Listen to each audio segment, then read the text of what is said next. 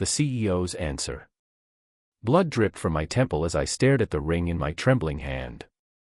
I never thought a joke would end with me fighting for my life and hers. The security alarm blared through the executive floor as I crawled toward the conference room door. 3 hours ago, I jokingly proposed to my CEO at the quarterly meeting. Now, her ex-husband had a gun, and she was unconscious behind the boardroom table. The joke that shocked everyone had exposed a dangerous secret. Victoria wasn't just my boss, she was in hiding from a man who'd sworn she'd never belonged to anyone else. I'd always used humor as a shield. As the marketing director at Horizon Technologies, my wit had earned me respect and kept people at arm's length. Victoria Shaw had been different from the moment she took over as CEO 6 months ago, brilliant, composed, with long chestnut hair and a quiet strength that commanded attention without demanding it. Something about her drew me in despite my best efforts to maintain professional distance. What I didn't know was that she'd changed her name, her appearance, even her career to escape a past that was now breaking through the glass walls of our office. "James, please," Victoria had whispered when I dropped to one knee during my birthday celebration at the meeting, "you don't understand what you're doing." The boardroom had erupted in laughter at my theatrical proposal, everyone except Victoria, whose face had drained of color. Later, as colleagues filtered out, she'd pulled me into her office. "That photo someone took will be online within hours. He'll find me now." Her voice had cracked as she finally revealed the truth. She'd fled an abusive marriage 3 years ago, disappearing completely from her former life. Would you believe me if I told you that joke changed everything? Like this story if you've ever had a moment that unexpectedly altered your life's direction. The revelation stunned me. The composed, confident woman I'd grown to admire had been living in constant fear. "I'll protect you," I promised, though I had no idea how. As we hurriedly packed her essentials from her office, planning her next disappearance, the elevator had dinged. Victoria froze. "He's here," she whispered, her perfect composure shattering completely. What followed was chaos. Her ex-husband, Andrew, a powerful venture capitalist with cold eyes and a colder smile, had walked in with a security badge that shouldn't have worked and a gun that definitely did. "Did you really think I wouldn't find you, Victoria? Or should I call you Elizabeth now?" The shot he fired had missed me by inches, shattering the glass wall behind us.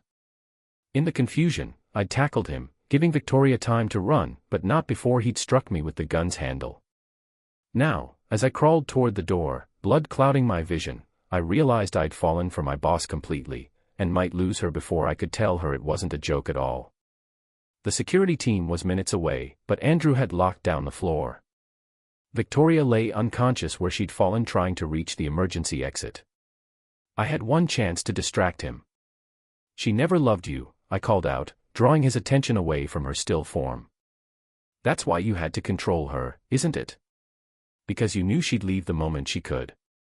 His face contorted with rage as he turned toward me. "What would you know about love? You think proposing as a joke is charming? You're nothing but a boy playing games." He raised the gun again, but hesitated. "Tell me why I shouldn't end this right now." In that moment, with my life hanging by a thread, I realized the truth that had been hiding behind my jokes and her secrets. "Because I wasn't joking," I said. "I've been falling in love with her since the day she corrected my presentation math without making me feel small. I just didn't have the courage to say it without pretending it was a joke. Can you imagine finding love in such a dangerous moment? Comment below if you've ever realized your true feelings in an unexpected situation." Andrew's finger tightened on the trigger just as the sprinkler system activated. Victoria had managed to pull the fire alarm. The sudden spray disoriented him long enough for me to lunge forward, wrestling for the gun. The weapon discharged, and for a terrifying moment, I couldn't tell who had been hit. The next 3 weeks passed in a blur of hospital rooms, police statements, and security details. Andrew had survived the gunshot wound to his shoulder and was facing multiple charges. Victoria, whose real name was indeed Elizabeth, had suffered a concussion but was recovering. I'd been released after treatment for my head wound, but hadn't seen her since that day. The company was in chaos, with an interim CEO appointed while Victoria took leave. The rumors were that she wouldn't return, that she'd disappear again, start over somewhere new.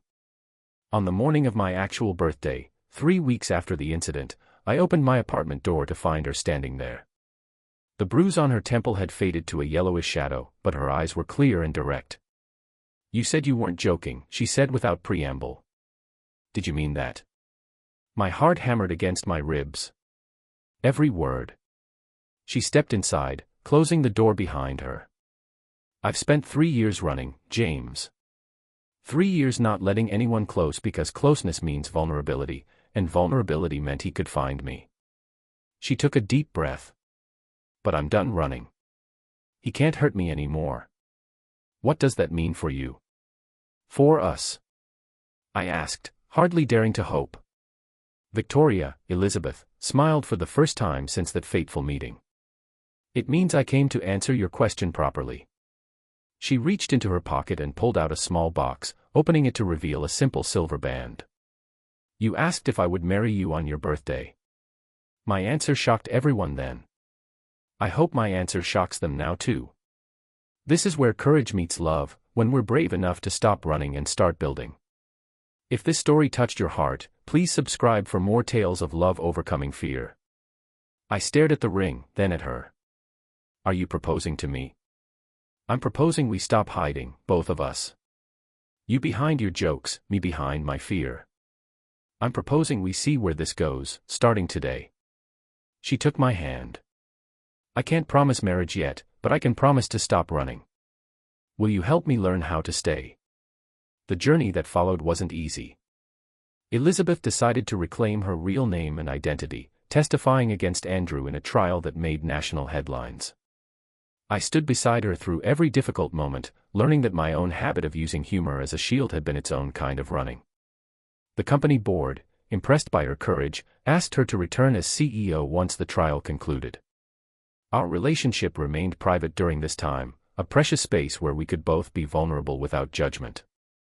6 months later, at the company holiday party, Elizabeth took the microphone during her address. "Last year, a joke in a boardroom exposed my darkest secret and nearly cost lives," she said, her voice steady. "But it also gave me something I never expected, the courage to stop hiding." She looked directly at me. "James, would you join me up here?" Confused but trusting, I made my way to the stage. The room fell silent as she turned to face me. "A year ago, you jokingly asked if I would marry you on your birthday. Today, with no jokes and no hiding, I'm asking you the same question." She dropped to one knee, holding out a ring that matched the one she'd shown me months before. "Will you marry me, not on your birthday, but today, the day I finally found the courage to love without fear?" The room erupted in gasps and applause as I pulled her to her feet, whispering "yes" against her lips before kissing her in front of everyone we worked with. If our story has moved you, please share it with someone who might need courage today. Sometimes the greatest love stories begin with the most unexpected moments. Our wedding was small but joyful, held on the anniversary of that fateful meeting. Elizabeth wore a simple white dress that caught the light as she moved, her long hair adorned with tiny flowers. I waited at the altar, no jokes to hide behind, just the raw, honest love we'd fought so hard to protect. "You know," she said during our first dance, "your birthday joke might have been the best thing that ever happened to me. It forced me to stop running." I pulled her closer, breathing in the scent of her hair. "And your shocking answer changed my life. Who knew, 'Please stop, you're going to get us killed,' would lead to 'I do'?" She laughed, a free, unburdened sound I never tired of hearing. Some proposals just need a little time to mature. As we swayed under the lights, surrounded by the few people we'd allowed into our closely guarded world, I realized that sometimes the most beautiful beginnings start with shocking moments of truth. Our story, from boardroom joke to life-threatening danger to this moment of pure joy, had taught us both that love isn't about perfect timing or flawless execution. It's about finding someone worth being brave for. If this story touched your heart, please like and subscribe for more tales of courage, love, and second chances.